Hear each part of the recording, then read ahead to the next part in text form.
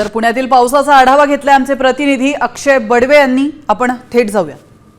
अवकाळी पावसाचा तडाखा पुण्यातल्या पश्चिम भागात बसला आणि मी सध्या पुण्यातल्या बाणेर परिसरात आहे। पण जर पाहिलं तर अवघ्या अर्धा तासाच्या पावसाने हा संपूर्ण रस्ता जो आहे तो जलमय झालाय। अगदी छोटा रस्ता आहे आणि विशेष म्हणजे पासपोर्ट कार्यालयाच्या समोरचा रस्ता आहे, जे पासपोर्ट कार्यालय नव्याने बाणेर परिसरात उभं करण्यात आलेलं आहे। आपण जर पाहिलं तर हे जवळपास घोट्या एवढं पाणी जे आहे, पायाच्या घोट्या एवढं पाणी या ठिकाणी जमल्याचं आपल्याला पाहायला मिळतंय।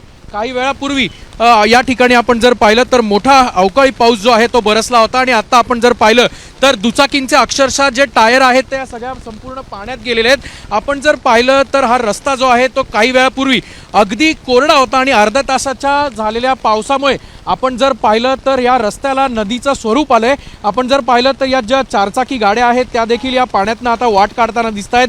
अचानक आलेल्या पावसामुळे पुणेकरांची सुद्धा मोठी तारंबळ उडाल्याचं आपल्याला पाहायला मिळतंय।